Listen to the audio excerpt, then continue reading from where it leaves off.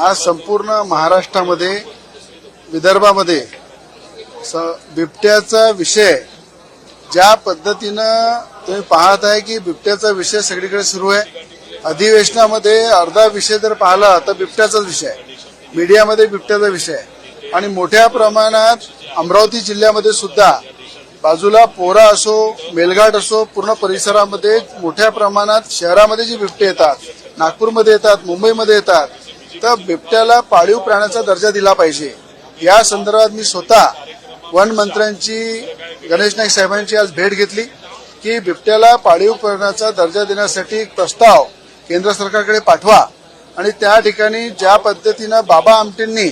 आपल्या वनामध्ये बिबटे पोसून ठेवलेले आहे, अनेक ठिकाणी प्रायव्हेट वनामध्ये मोठ्या प्रमाणात बिबट्यांचं पालनपोषण सुरू आहे। ज्या ठिकाणी वन ताराच्या माध्यमातून अंबानी परिवारांनी अनेक प्राण्यांना संरक्षण दिलेलं आहे। आज तुम्ही घराघरामध्ये जर पाहिलं, देशातून परदेशातून मोठमोठ्या प्रकारचे कुत्रे, जे खतरनाक जातीचे कुत्रे आपण घरामध्ये पोसतो, त्यापेक्षा जर बिबट्याचं लहानपणापासून पालन पोषण केलं तर मला असं वाटतं बिबटे सुद्धा सुरक्षित राहतील, माणसं सुद्धा सुरक्षित राहतील आणि मोठ्या प्रमाणात हे नसबंदी वगैरे करायची गरज पडणार नाही। अशा प्रकारचा सल्ला आणि विनंती मी वन मंत्र्याला दिलेली आहे आणि प्रत्येक जिल्ह्यामध्ये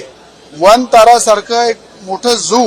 प्रत्येक जिल्ह्यामध्ये तयार केलं पाहिजे। भले अंबानी कुटुंबाला आपण विनंती करू की ज्या पद्धतीनं गुजरातमध्ये तुम्ही वन तारा डेव्हलप केलं, महाराष्ट्राच्या प्रत्येक जिल्ह्यामध्ये वन तारा डेव्हलप करा, त्या ठिकाणी सगळ्या प्राण्याला सुरक्षित ठेवा, त्याला सगळं संरक्षण द्या। आणखी उद्योगपती जर देशामधले महाराष्ट्रामध्ये पुढे येतील त्याला सरळ हाताने मान्यता द्या, परमिशन द्या आणि वन तारा हे प्रत्येक जिल्ह्यामध्ये झालं पाहिजे। त्या ठिकाणी बिबटे सुरक्षित राहिले पाहिजे आणि जर या पद्धतीनं बिबट्याला पाळण्याची जर मान्यता मिळाली तर सगळ्यात आधी 2 बिबटे रवी राणा पोसायला तयार आहे। त्याचं पूर्ण पालन पोषण, त्याचा पूर्ण खर्च आणि त्याला चांगल्या प्रकारे संरक्षण देणं एक आमदार म्हणून एक या ठिकाणी रवी राणा केव्हाही करायला तयार आहे। म्हणून सरकारला विनंती केलेली आहे मी की पाळीव प्राण्याचा दर्जा पण द्या आणि बिबट्याला पोसण्याची सगळ्यांना जे जे उत्सुक आहे, जे त्याचं पालन पोषण करू शकतात त्यांना मान्यता द्या। नाही, वनतारा योजना जी आहे, ज्याप्रमाणे अंबानी कुटुंबांनी कोल्हापूरची हातनी